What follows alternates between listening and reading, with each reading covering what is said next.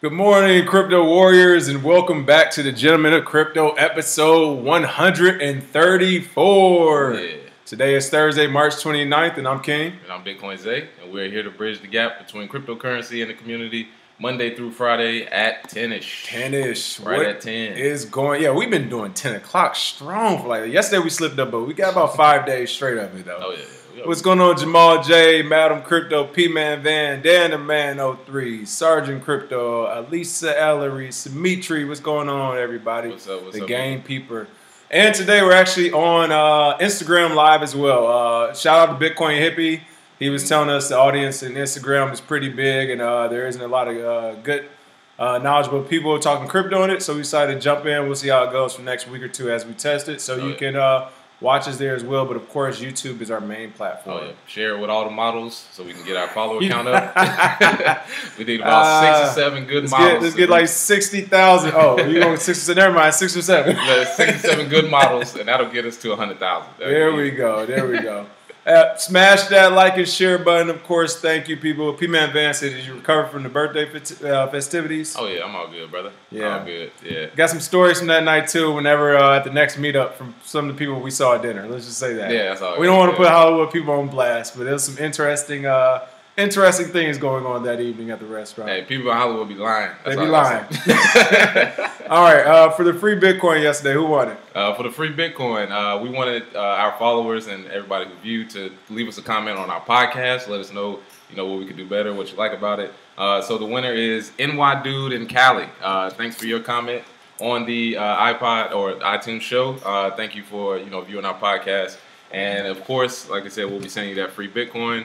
Once again, our podcast is on Spotify, iTunes, a few more platforms.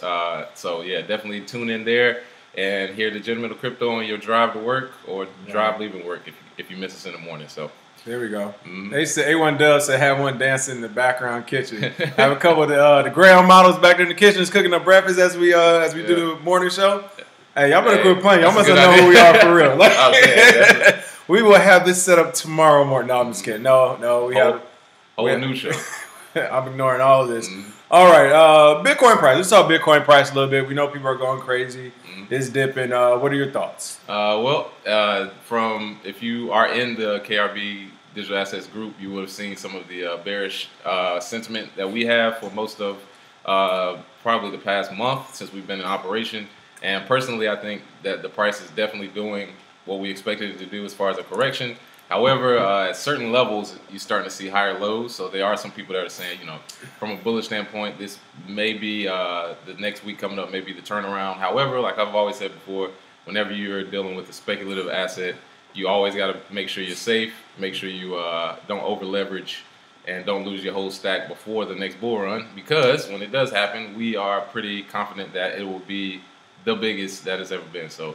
And Alex Daly, he did. Alex called it out. That's what I was laughing at. Alex called it out. Okay. Yeah, well, I will say the average price for miners to stay profitable, which is one thing you want to look at. Right now, I've seen anywhere between 4,000 and 6,000 for profitability. About 3,000 just to mine at this point. So yeah, but you also have to factor in the days leading up to the price of when the difficulty changes. So somewhere in there for American miners, but it is different cost of electricity. Location, the country you're in, so some of those statistics can be skewed. I've seen as high as 7,200 to stay. So if you see a hold at that level, which we are kind of starting to see this morning, then you can kind of see where the most of the support is at. So we'll see though. Like I said, speculative market. So Symmetry said holding to Bitcoin or altcoins. I would say majority Bitcoin for sure, because altcoins, Bitcoin slips anymore. Altcoins are definitely taking a dive. Where there's no point of buying unless you're going bargain bin hunting now. Yeah. Then there's no point of really holding into a lot of altcoins. Oh, yeah.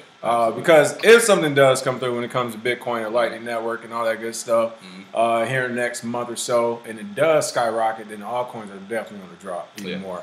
Yep, and I think price-wise, a lot of them have hit their previous supports from before the big bull run because they've taken such a nosedive. So, like Alex, definitely a good time to buy some alts. Not all of them. Some of them are going to keep going because they don't have a chance. There was a report like 81% of ICOs have failed. Right. So which makes sense. That's how it is. About 9 out of every 10 businesses fail. These are businesses starting. They did start in a very bullish market. where people are just throwing money at any project, even if you didn't have a product. So, right. So this is the bubble bursting, or a small, there'll be even bigger ones the next year or two. But this is what they mean by the bubble. It's not, to me, it's not a crypto bubble or a Bitcoin bubble. It's a company bubble because some of these companies weren't necessary. So right now we're seeing their price reflect that. But again, once that bull run starts, there'll be more new people coming in. They'll be doing the same type of bargain bin shopping, saying this is only 0.0002 cent. I don't know what it is or what it does, or I don't even know that it already skyrocketed 500,000% this year. All I know is it's less than a penny. I'm buying it. So we'll expect to see some more of that as well. Oh yeah. All right, now to the news. Boom. Is this the top story? Well, actually, no. The top story. Let me take this off for a second. The top story we don't have a article for because it just came out this morning, and that is the Bitfinex pairings. What is going on with Bitfinex right now? Yep. So just before the show started, got a tweet. It just came out from Bitfinex about a half hour ago that they are adding new pairs to trade. They'll be using Bitcoin, Ethereum, Neo, EOS, and IOTA pairs with the JPY and the GBP, different the yuan, those different currencies. Which, from an international standpoint, that's good for them because then they just add a flood of new people to their platform, especially in wake of it was 2 Japanese exchanges got shut down just recently, just due to their standards. So when you have or they decided to close down, Yeah, they decided to close down. Yep. So when you have that, you need different platforms to trade on, and Bitfinex looks like they slid in right on time. So from a business standpoint, good for them. And also from a price standpoint, we might see a lot more institutional money from other countries coming into these platforms. So good to see. There we go. And Anya92, no, you do what many of our viewers do and shout out our stories before we say them. No, we had a preload. We have all our stories preloaded already. But yes, Bank of Montreal staff memo appears to show Bitcoin blocked due to volatility. Oh, yeah. So for some of the people who saw, this was one of the main stories of Cointelegraph today. Canadian lending institution Bank of Montreal banned its customers from buying Bitcoin, and a move seemingly confirmed yesterday. Now, this kind of goes along with a lot of the other bank bans. The credit cards have been banned. Visa started banning transactions. Ban. Crypto ads. Everything's being banned in the crypto space.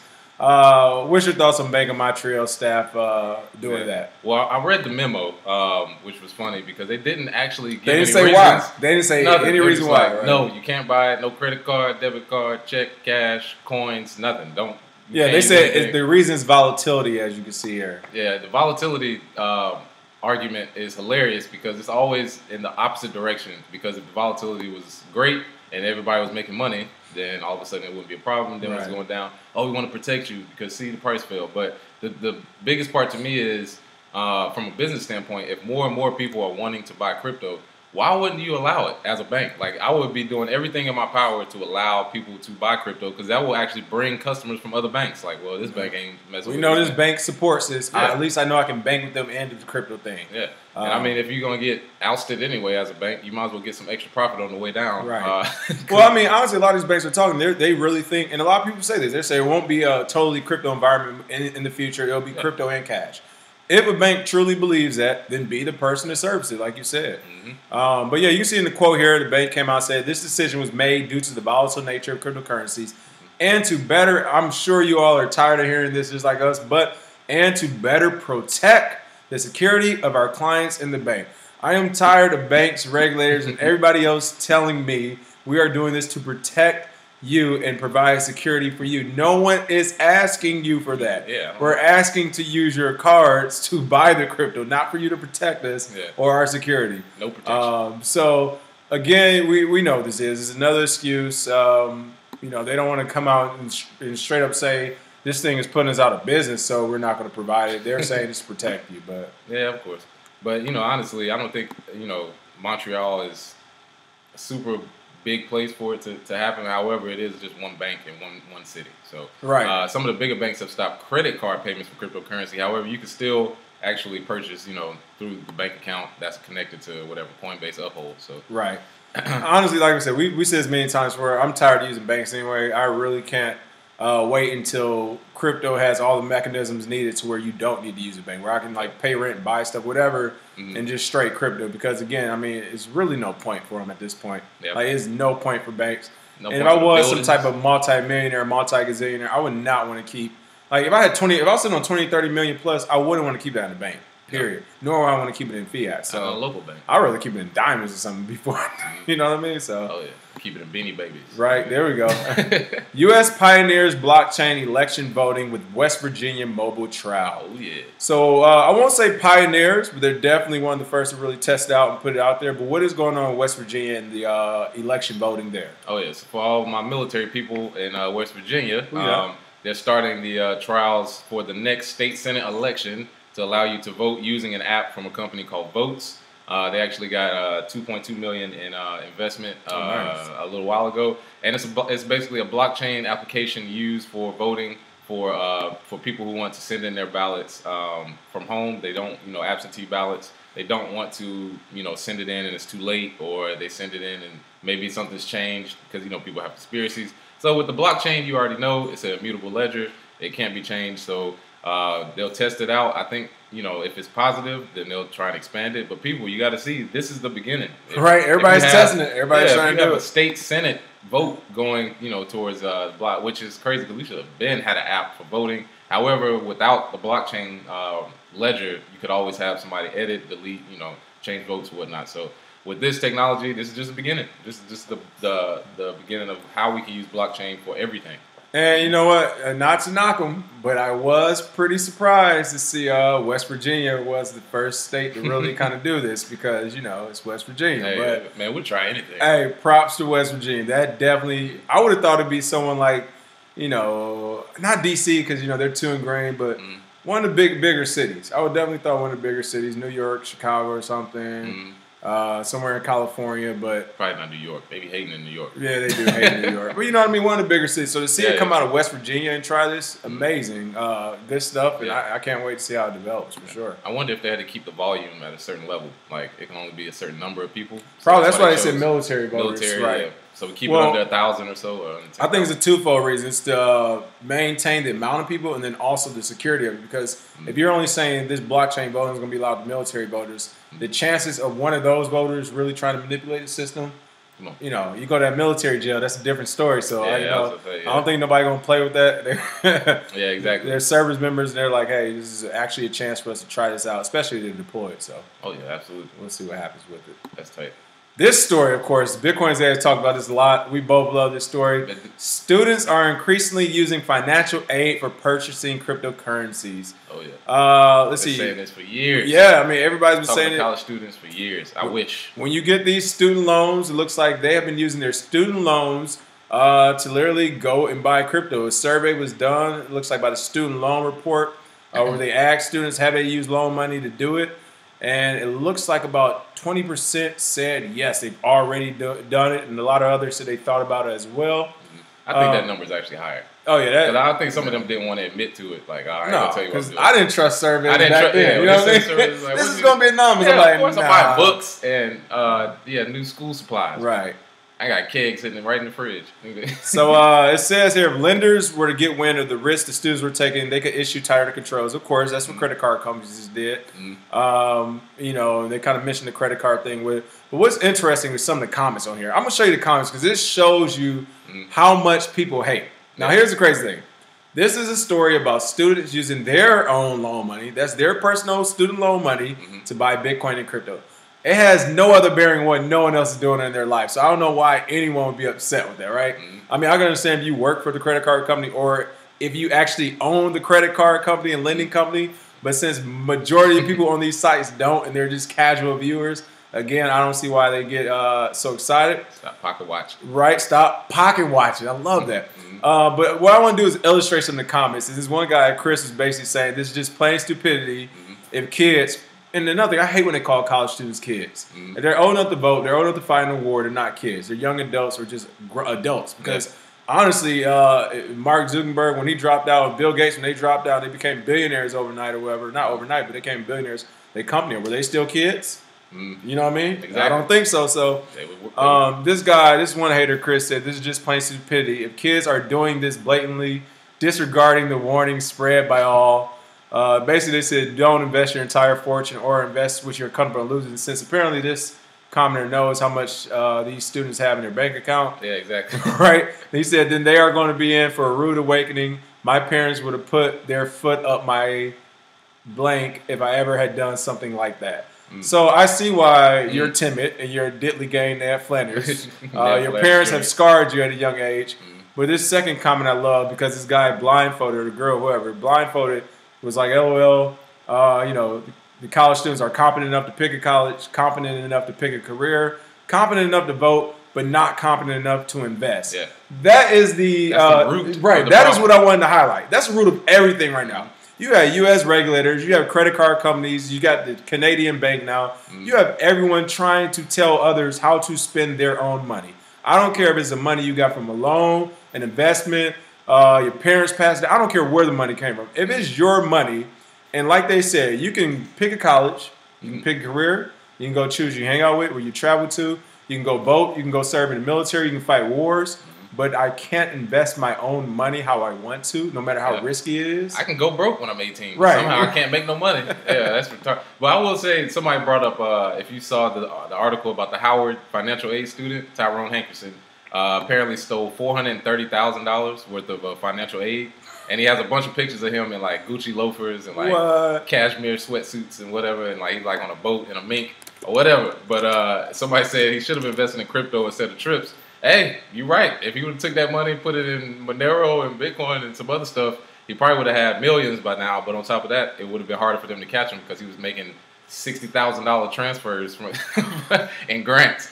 But yeah, so that's just, you know, one of the things about college students that I used to tell when I used to consult people and then their kids were in college, I used to always tell them, it's like, if they get a refund check, do you really want to know what they're actually buying? Right. I used to tell my mom that. I'm like, don't ask me what I'm actually buying with this money.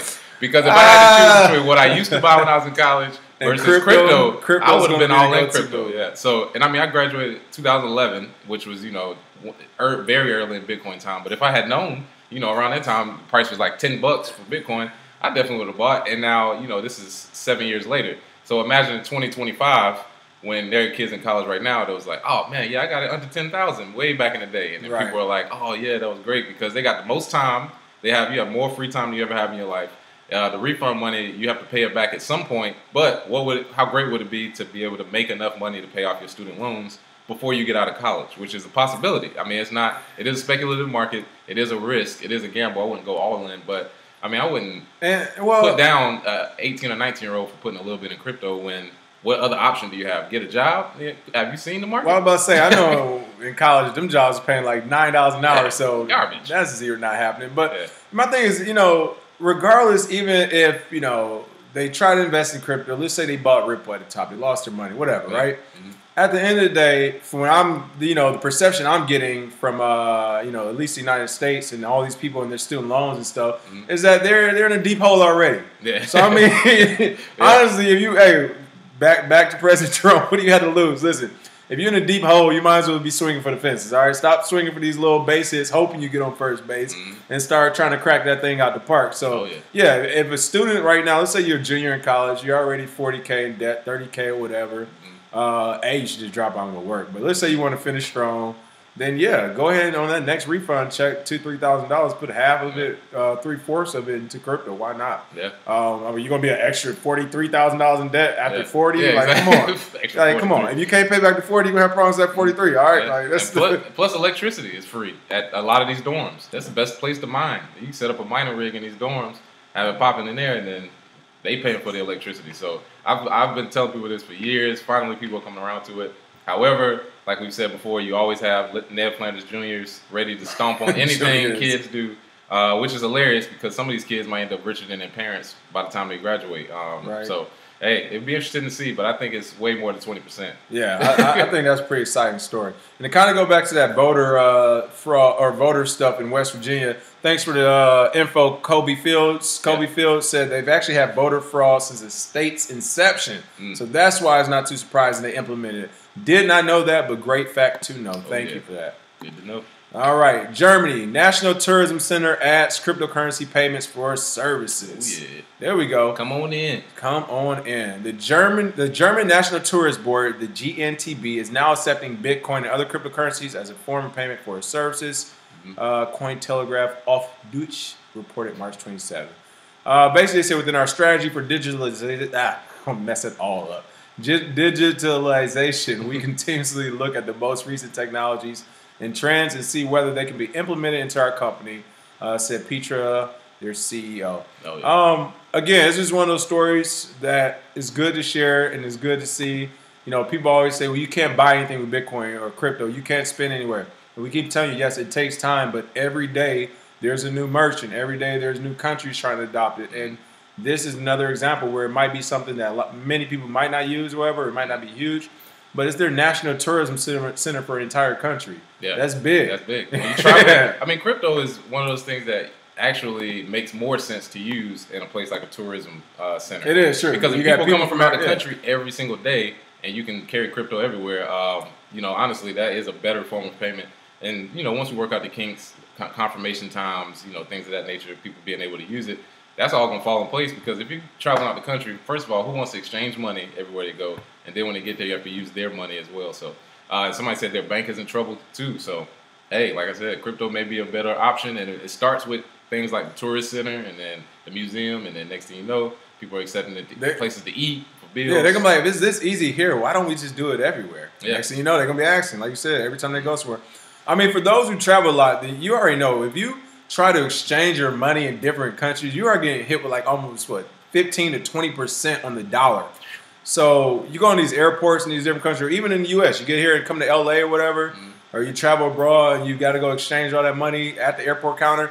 I mean, 15, 20% is like conservative. Sometimes some of these places will go as high as 30, 33.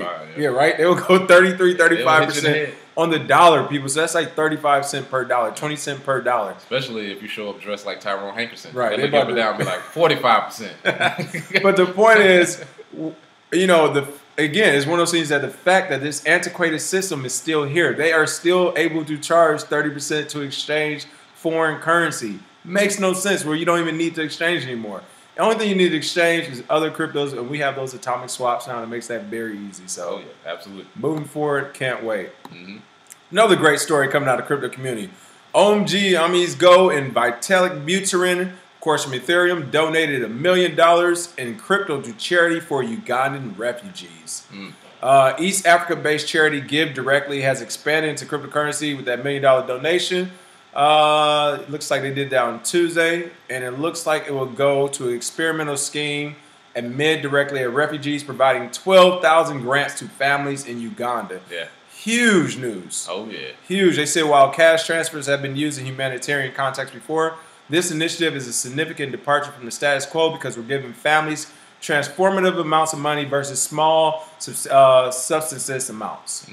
That's amazing. Oh, yeah. We see a lot of stories like this in the crypto community. I would say in the crypto community, it's good to see a lot of donation stories because there is a lot of money in this market, and it bodes well for nonprofits and people who are trying to start different charities or whatnot. Because if you can send it from anywhere in the world, and if these companies can send it directly in a matter of minutes, that's way better for charity than trying to collect the funds, get a bank to accept it, go through Indiegogo or what's the other one?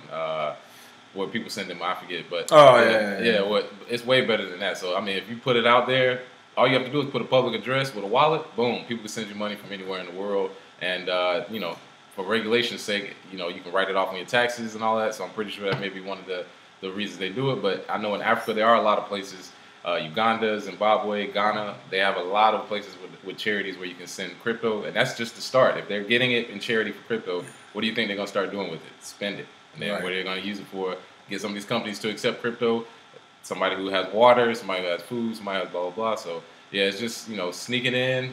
Slowly. It happens slowly, we tell you, but this is when it's happening. And once the virus spreads. Yeah, by next year, you look back and be like, did you realize last year this amount of money was given away in donation? When you start to tally up everything that's happened on these random Wednesdays and Thursdays when they're doing these things. So, it'll be huge. And then, decentralized, that's true.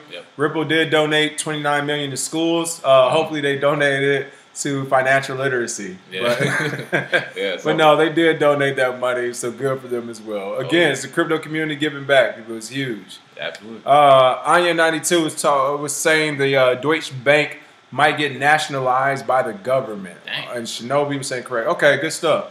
Or not good stuff, but I mean, this is the world we live in, people. Oh, yeah. Yeah, man. Deutsche Bank. Oh, it looks like on MarketWatch. Sergeant Crypto said on MarketWatch on Twitter, there's a story about students mining crypto in their dorm rooms. Smart kids. There we go. Go ahead and get it started. Go, why not? I mean, we gonna get kicked out of school? Yeah. I'll go another school. They don't have no rules against it. Listen, I would have been to it. All the rules I broke in the dorm. If the internet was as robust as it was now, like, you know, it's like seriously, like if you get kicked out of school, go to another school. Yeah. Like, I would literally spend right now if I had to go back to college, I would spend 4 years mining crypto in different dorms across the country. I would start like a huge racket for it. Might visit some colleges out here, but hey, I want to start mine. We can start this network of college students mining everywhere. Just have mining. Oh my goodness. All right, so big news from Telegram. You know, if you're in the United States, this did not affect you. However, if you were overseas, it definitely did. But looked like late yesterday, early this morning, Telegram went out for most of the EU in general, and then surrounding countries as well. You can see here the story says Telegram finally restored after outage across Russia, Europe, and the Middle East. Oh, yeah. Actually, their CEO came onto Telegram yesterday and put out a message like, hey, we restored everything. We know it went out. We're working on it. It looks like his servers were overloaded. A lot of people are signing up. He even said that we're scaling. He said, he's like, hey, we're working on it. We're scaling. This is, you know, this happens. We're fixing it. It might happen again in the future as we have to scale some more.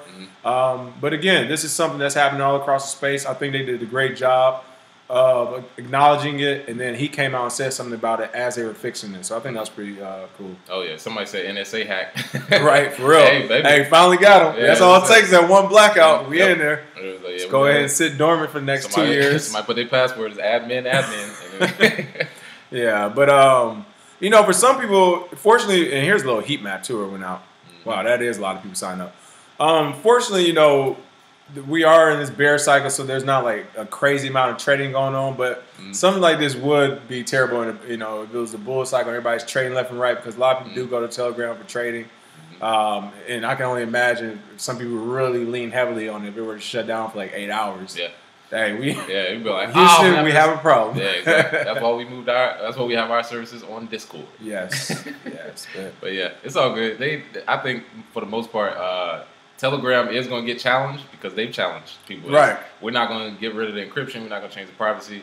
And you know, a lot of the pump and dump paid groups that were on Telegram, they're trying to get rid of. Good luck, because 100 new ones pop up every day. So right. I think this is just a way, like somebody said, they may be trying to crack Telegram. Like Crypto Q said, hey, wouldn't be surprised. You can't you know, challenge the dog and think they're not going to bite back. That is true. That is true. And then speaking of Telegram and the paid groups and stuff, so we know some people are in the Telegram paid groups. There's some good ones out there too. Don't get me wrong. There's some good ones. Majority of them are pretty bad. And then there's some average ones. And then there's some that copy all people. There's all types. But the copy ones I'm about to tell you about. There's a big thing right now going on Telegram where there's Telegram where there's paid group scams. So what's happening is there actually are some decent paid groups out there. It's not a lot. There's a couple of decent ones. They do charge a lot, though. I will say that for some of the better ones, they charge a lot of money.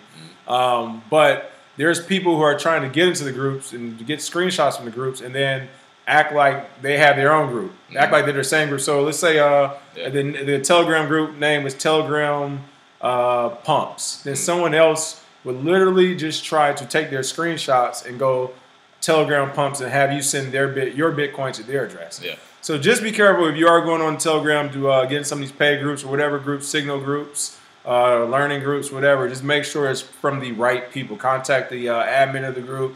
Make sure they're sending you coherent sentences back, because if not, you might mess around and send 0.1 Bitcoin to someone who's going to delete that channel in the next 24 hours. So be careful of that. Anya92 asks, what are we currently holding in our portfolio with the exception of Bitcoin, Litecoin, Ethereum?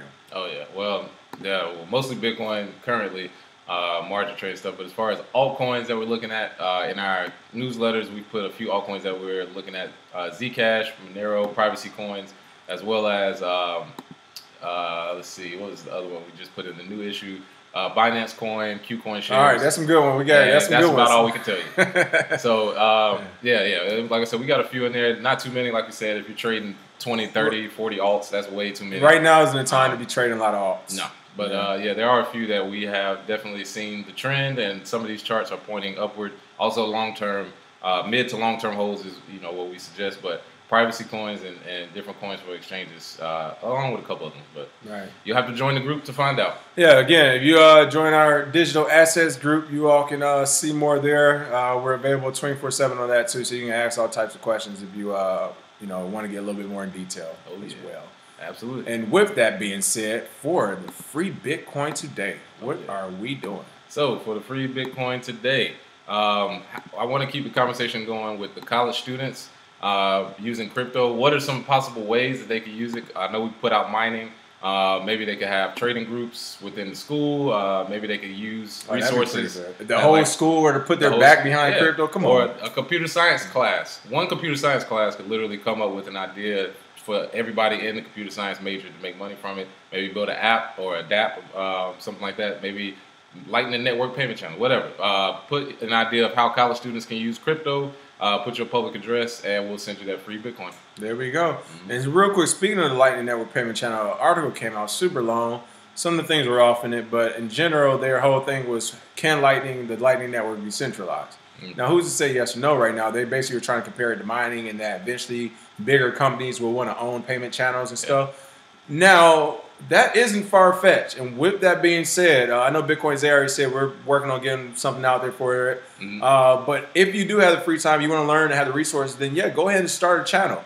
Because if it does become centralized, or if it does become like mining and big, and you already have a channel that people have been using and trust and all that good stuff, you will get most of that volume. You are in there to win, okay? So that is another avenue you can look at. Oh, yeah.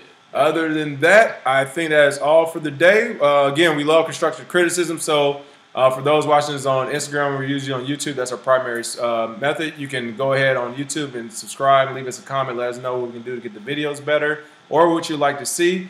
Again, we just did the podcast, as you can see in this bottom left corner. Spotify, Google Play Music, Apple Podcast app, and now TuneIn Radio. For the iTunes, we really rely on those reviews there, so we love you can go in there and rate that. Oh, yeah. And then other than that, everything else you should need will be in our show notes. Oh, yeah. Feel free to reach out whenever. Until then, cheers. Have a good one.